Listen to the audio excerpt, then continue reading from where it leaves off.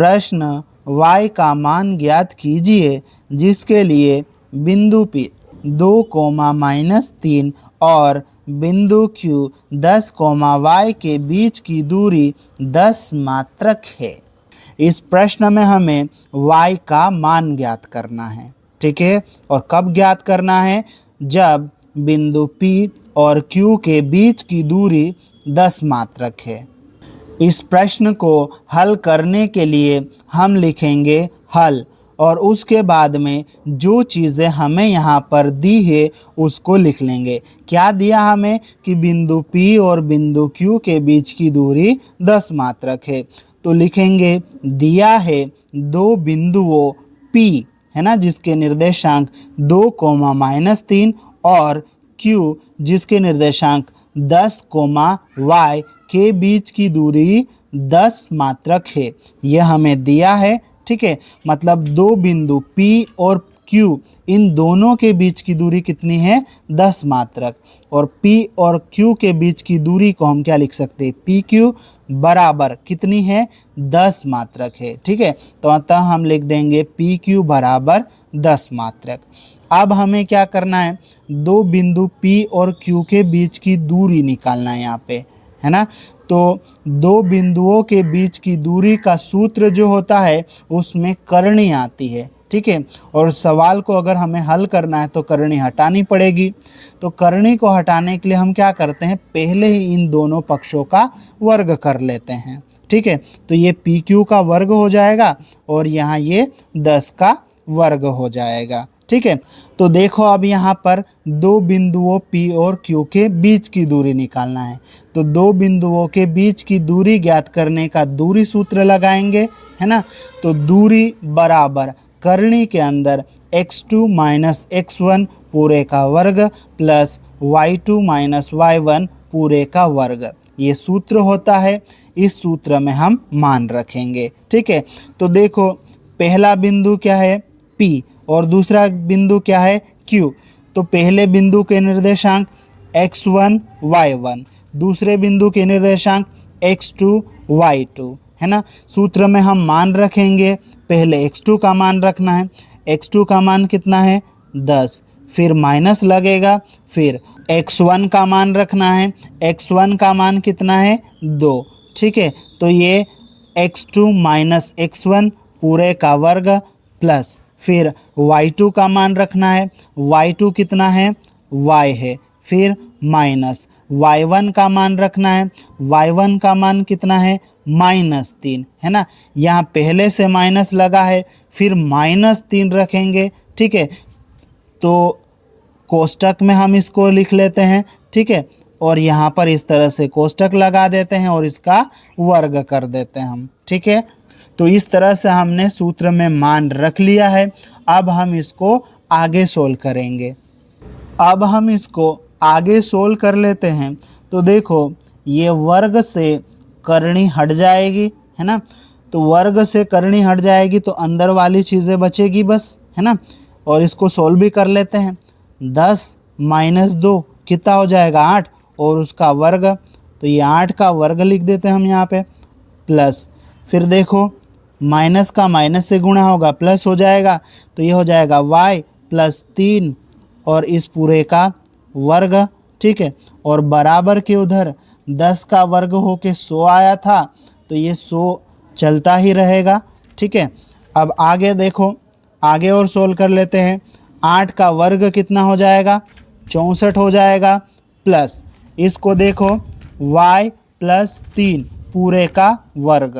तो देखो a plus b पूरे का वर्ग, ये वाला सूत्र हो जाएगा। a प्लस b पूरे का वर्ग बराबर a का वर्ग प्लस b का वर्ग प्लस 2ab, ये सूत्र होता है। ये सूत्र हम यहाँ पर लगा देते हैं। तो देखो a का वर्ग प्लस b कितना है? 3 का वर्ग, फिर प्लस 2 गुणित a y है गुणित b 3, है ना। और बराबर के उधर कितना है? 100। अब आगे ये 64 प्लस ये y का वर्ग प्लस 3 का वर्ग कितना हो जाएगा? 9 हो जाएगा। फिर प्लस 2 गुणित 3 6 गुणित y 6y हो जाएगा और बराबर के उधर कितना है 100। आगे हम इसको थोड़ा सा जमा के लिख लेते हैं। तो देखो ये क्या हो जाएगा हमारे पास में y का वर्ग, फिर ये प्लस 6y प्लस ये हमारे पास में 64 और 9, इसको जोड़ेंगे तो कितना हो जाएगा 73 हो जाएगा।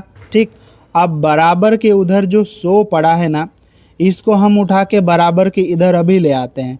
उधर 100 प्लस का है, इधर आएगा तो माइनस का 100 हो जाएगा। ठीक है, और ये फिर बराबर का चिन्ह, बराबर के उधर अब क्या बचेगा, कुछ नहीं, मतलब 0। ठीक है, आगे और सोल्व कर लेते हैं।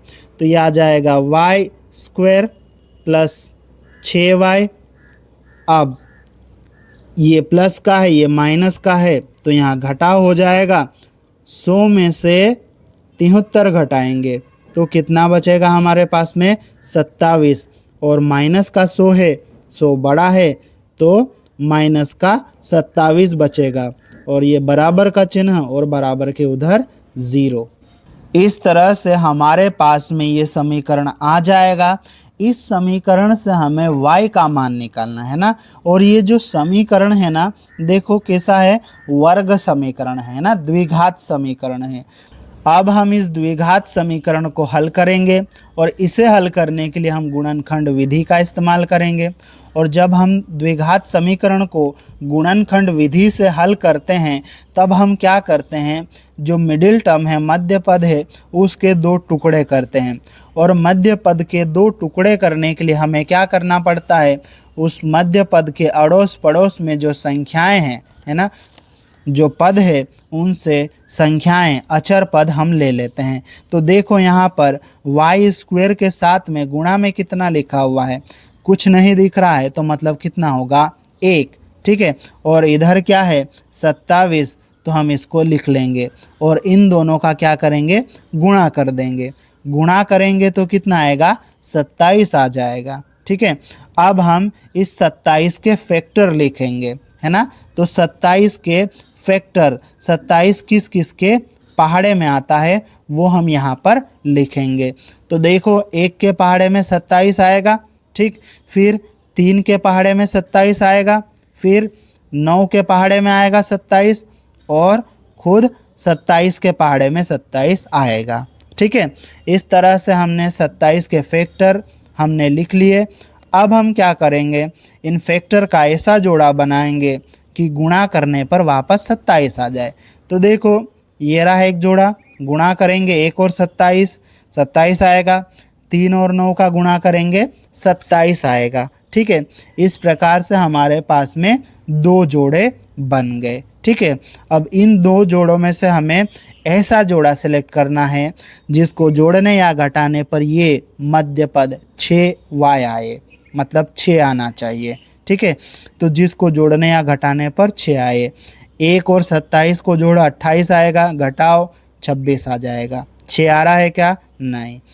3 और 9 घटाओ 6 आ रहा है, हाँ बिल्कुल। तो इस जोड़े को हम ले लेंगे। कितना आना चाहिए, 6 आना चाहिए। तो 9 में से 3 घटाएंगे तब क्या आएगा, 6 आ जाएगा। ठीक है, 9 में से 3 घटाएंगे तो 6 आ जाएगा। ठीक है, पर 6 नहीं, हमें 6y चाहिए, तो यहाँ पर भी y लिख दो, तो यहाँ भी y आ जाएगा। तो 9y में से 3y घटाएंगे तो कितना आएगा, 6y। तो इस 6y की जगह पर हम क्या लिख सकते हैं, 9y माइनस 3y। ठीक है, तो हम इसको यहाँ पर लिख देते हैं, है ना।